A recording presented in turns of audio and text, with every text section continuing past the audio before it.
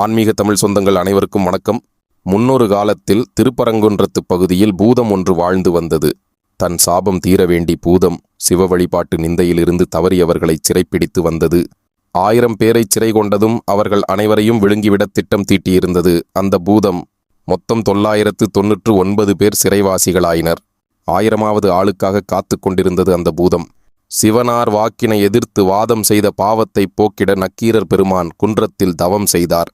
அப்போது குளத்தில் ஓர் இலையைக் கண்டு வியந்து தவத்திலிருந்து விலகினார். இதனால் கோபம் கொண்ட அந்த பூதம் நக்கீரானாரை பிடித்து குகையில் அடைத்தது.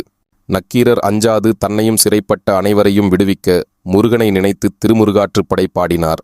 முருகன் மகிழ்ந்து காட்சி கொடுத்து பூதத்தையும் சம்ஹாரம் செய்தார். 1000 பேரையும் சிறையிலிருந்து மீட்டார்.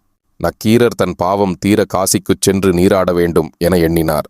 நக்கீரரின் குறை தீர்க்க முருகக் கடவுள் தனது வேலால் பாறையை கீறி அங்கேயே காசி தீர்த்தம் பொங்கச் செய்தார். அதில் நீராடிய நக்கீரர் பாவம் நீங்கினார் என்கிறது இந்த தலபுராணம். இந்த நிகழ்வினை நினைவூட்டும் வகையில் நக்கீரரை காக்க முருகனின் வேல்மலைக்குச் செல்லும் வைபவம் வேலெடுத்தல் விழாவாக ஒவ்வொரு ஆண்டும் கொண்டாடப்படுகிறது. இந்த விழாவை திருப்பரங்குன்றத்தை சுற்றியுள்ள கிராமத்து மக்களே எடுத்து நடத்துகின்றனர். இந்த திருவிழா மழை வேண்டுகின்ற வழிபாடாகவும் கொண்டாடப்படுகிறது. முருகப்பெருமானின் வேல் காலை 9 மணியளவில் கோவிலிலிருந்து பல்லக்கு ஏறி புறப்படும்.